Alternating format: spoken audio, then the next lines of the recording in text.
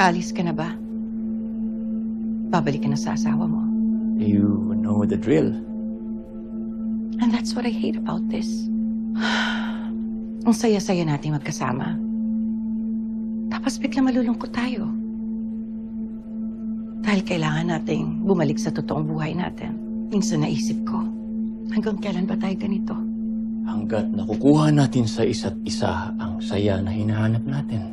Di ko alam kung matatagalan ko to. Paano pag nalaman ito ni Vanna?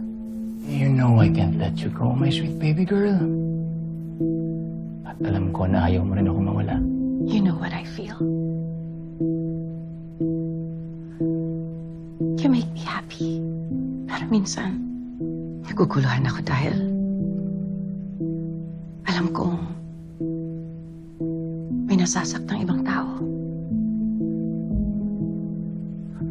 Ikaw, sanay ka na. Ilang beses mo nang niloko si Vanna. Pero ako, Please. Please, wag mo akong sukuan. I will do anything and everything for you. Huwag mo lang akong iwan. really? Anything? Kahit bitawan si Jenny.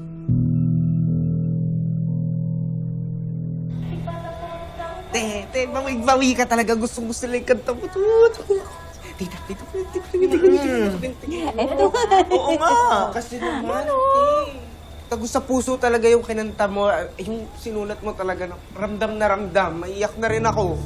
Iyon ang tatak, Jenny. Nak, hindi nakakapagtataka yun, ha? Na gustong-gusto ng mga tao yung bago mong kanta. Siyempre, nagmana sa akin. Inaanak ko kaya yun. Talaga, tita? Nagsusulat din kayo nung nasa Rosabelas po kayo? Hindi.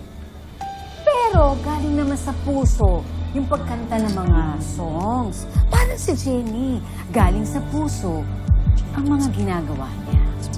Yan naman ako sang-ayon dito kay Maring Jenny. Ay, ngayon lang?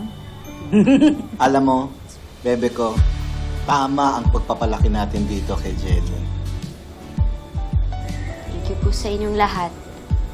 Lalo na po sa inyo, Nay, Papsi. Akala ko po di na ako makakabangon ulit. Hindi mangyayari yon. Alam ko, hindi ka pababayaan ng Diyos. Dahil napakaputi mong mata. Tama ang inang charis mo. Puso mo nga ang sandata mo. At yun, ang pinakamalakas sa lahat. Hindi ako nagtataka na binigyan ka pa ng isang pagkakataon ng tadhana. Dahil talagang para sa'yo yun, anak. Itadhana na sa'yo yung ilaw, entablado. At hinding-hindi ka na mawawala. Ano ba mga komento? Oo, basa. Ano ba nakalagay? Hey, Jenny, your song is all over social media. Savannah? I can't contain my excitement. Kaya ako mismo pumunta dito para sabihin sa inyo. Dahil sa napakagandang feedback sa song mo at sa overwhelming response sa performance mo, gusto nang i-fast track ng Engrande Music ang paggawa ng album.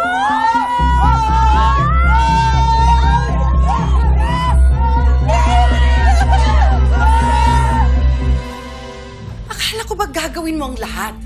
Para hindi matuloy yung recording ng album ni Jenny.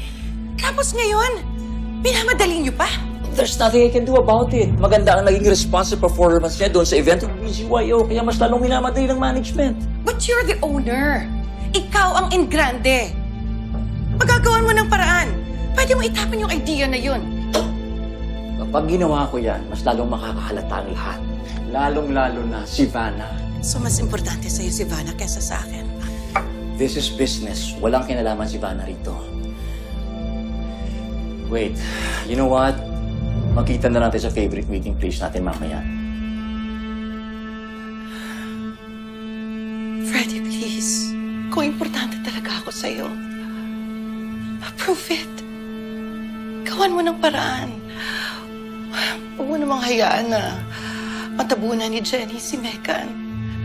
She's already losing everything. Lara, Huwag mong sabihin yan. Just give me time, okay? Gagawin ko lahat. Di ba? Alam mo naman ako pa nag-promise ako sa ginagawa ko. Dara, just be patient with me, okay? Gagawin ko naman lahat yan eh.